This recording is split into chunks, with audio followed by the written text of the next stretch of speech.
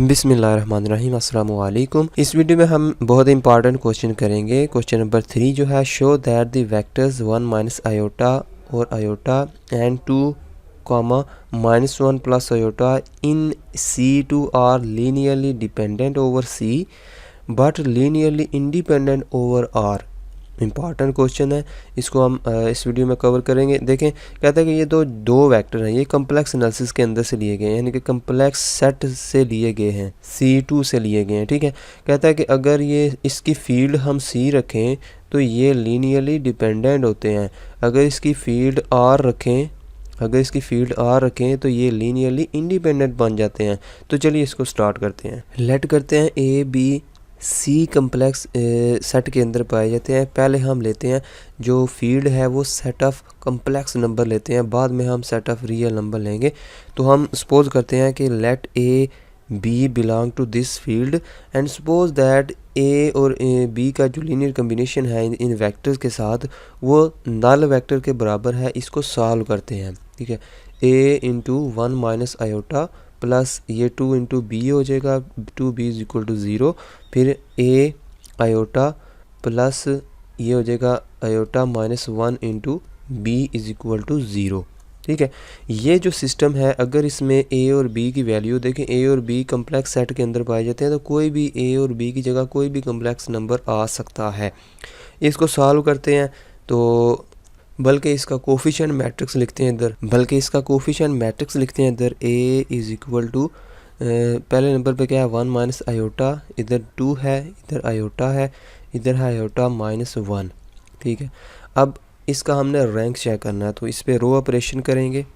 इस पे row operation कैसे करेंगे, देखें इधर आयोटा है, इधर 1 माइनस आयोटा है। तो पहला काम ये कर लें कि इधर क्या बना दें 1।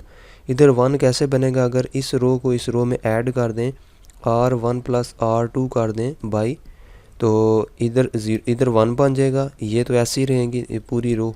ठीक है, 2 प्लस ये करेंगे 2 प्लस आयोटा माइनस 1 यानी कि आयोटा प्लस 1। ठीक है, तो अब यहाँ पर 0 बन सकता है क्योंकि यहाँ पर 1 जो बन गया। तो इधर हम नया रो ऑपरेशन करेंगे। इधर हम लिखेंगे by R2 minus iota R1, iota से मल्टीप्लाई करके फिर हम इसको माइनस करेंगे, यानी कि इधर 1 इधर 0 बन जाएगा ये। ठीक है, और आयोटा प्लस 1 है, इधर iota minus 1 minus iota into R1 में क्या है आयोटा प्लस 1 लिखा हुआ है, तो इधर लिखते हैं हम iota minus 1 minus iota square minus iota. ठीक है, ये आयोटा है, ये माइनस आयोटा है, ये माइनस 1 है, ये इधर आएगा आयोटा का स्क्वायर जब लेंगे तो माइनस 1 माइनस माइनस प्लस 1 आ जाएगा, 0 आ जाएगा, तो इधर भी क्या आ जाएगा 0। तो इस मैट्रिक्स का रैंक कितना हो गया, रैंक इसका 1 है, लेकिन जो वेरिएबल हैं वो तो 2 हैं, तो रैंक वेरिएबल से कम आ गया है। तो हम लिख देंगे rank of A is equal to 1 आया है जो कि लेस दैन 2 है। So the system will have non trivial solution. अगर 2 से छोटा आता है, जितने वेरिएबल हैं उससे छोटा रैंक आता है, तो सिस्टम का जो सोल्यूशन है वो नॉन ट्रिवियल सोल्यूशन होगा। इसका मतलब है vectors are linearly dependent over C, यानी कि फील्ड अगर C लेते हैं तो ये वेक्टर आपस में लीनियरली डिपेंडेंट होते हैं। ठीक है, तो ये चीज़ प्रूव हो चुकी है। उसके बाद चलते हैं, अगर फील्ड हम R रखते हैं, ठीक है, हम लिखते हैं लेट, अब हम फील्ड के जो एलिमेंट है वो किससे लेते हैं, सेट ऑफ रियल नंबर से लेते हैं। Now let PQ belong to set of real number and suppose that इनका लीनियर कम्बिनेशन किसके बराबर है, नल वेक्टर के बराबर है। तो फिर उसी तरह कंपेयर कर दो, P into 1 minus iota plus 2Q, ठीक है, इज इक्वल टू 0, और यहाँ से P iota plus Q into minus 1 plus iota is equal to 0।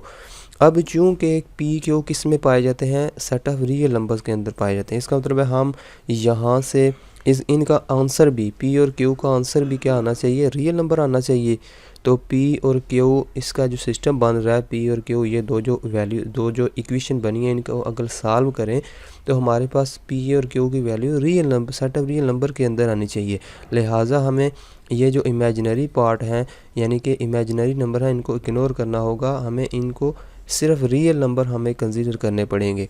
तो हम लिखते हैं इधर ये सिस्टम 2 है, तो इसको हम इस तरह भी लिख सकते हैं, 2 कैन बी रिटर्न एज, ठीक है, कि हम इधर p into minus iota p लिख सकते हैं plus 2q is equal to 0। तो अगर मज़ीद इसको कम एक रियल नंबर अलहदा कर लें, p plus 2q minus iota p is equal to 0, ये पहली इक्वेशन रीअरेंज होगी। या दूसरी किस तरह होगी, p iota plus minus q plus q iota, ठीक है। तो यहाँ से ये माइनस जो रियल पार्ट है वो अलहदा कर लो, minus q plus p plus q iota, ठीक है, इज इक्वल टू 0।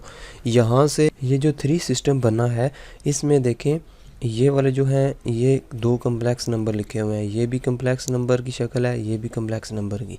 तो हम रियल और इमेजिनरी पार्ट्स को हम कंपेयर कर देते हैं, comparing real and imaginary parts, ठीक है, इमेजिनरी पार्ट्स, क्योंकि हम इंटरेस्टेड हैं ओनली रियल नंबर्स में। तो रियल नंबर हमें पता है कि जब एक कम्प्लेक्स नंबर लिखा हो, ये भी रियल पार्ट होता है, ये इमेजिनरी पार्ट होता है, लेकिन खुद तो ये रियल नंबर ही होता है ना, खुद तो ये रियल नंबर होता है, ठीक है। तो इमेजिनरी पार्ट्स इनको कंपेयर कर देते हैं। p plus 2q is equal to, इस साइड पे क्या लिखा हुआ है, 0 प्लस 0 आयोटा लिख सकते हैं, 0 प्लस 0 आयोटा, तो इज़ इक्वल टू 0। ये minus p is equal to 0, इस साइड पे भी q minus q is equal to 0, और ये क्या है, p plus q is equal to 0।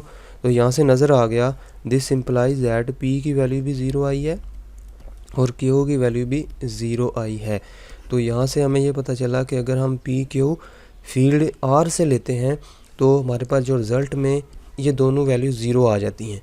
अगर ये दोनों वैल्यू 0 आ जाती हैं तो इसको क्या कहते हैं, ये ट्रिवियल सोल्यूशन है। तो अगर सोल्यूशन ट्रिवियल आता है तो हम कहते हैं कि जो वेक्टर्स हैं वो लीनियरली इंडिपेंडेंट हैं। So the vectors 1 minus iota iota 2 minus 1 plus iota are linearly independent over R field रखें तो ये इंडिपेंडेंट आते हैं। अगर कम्प्लेक्स फील्ड रखें तो ज़ाहिर बात है हम फिर कंपेयर तो नहीं ना करेंगे, हम इसी सिस्टम पूरे को सॉल्व करेंगे, क्योंकि कम्प्लेक्स नंबर ए और बी कोई भी आंसर आ सकता है ना, तो फिर पूरे सिस्टम को सॉल्व करेंगे ऐसे ही, ठीक है। तो ऐसे ही मैट्रिक्स बना के सॉल्व करेंगे। लेकिन अगर हमें पता है कि अगर फील्ड हम आर से ले रहे हैं, आर जो फील्ड ले रहे हैं उसमें से एलिमेंट्स ले रहे हैं, तो उसका आंसर भी रियल नंबर आने चाहिए। तो हम सिर्फ रियल नंबर्स को कंपेयर कर देंगे, जस्ट उनको सॉल्व करके उनकी वैल्यू फाइंड करेंगे।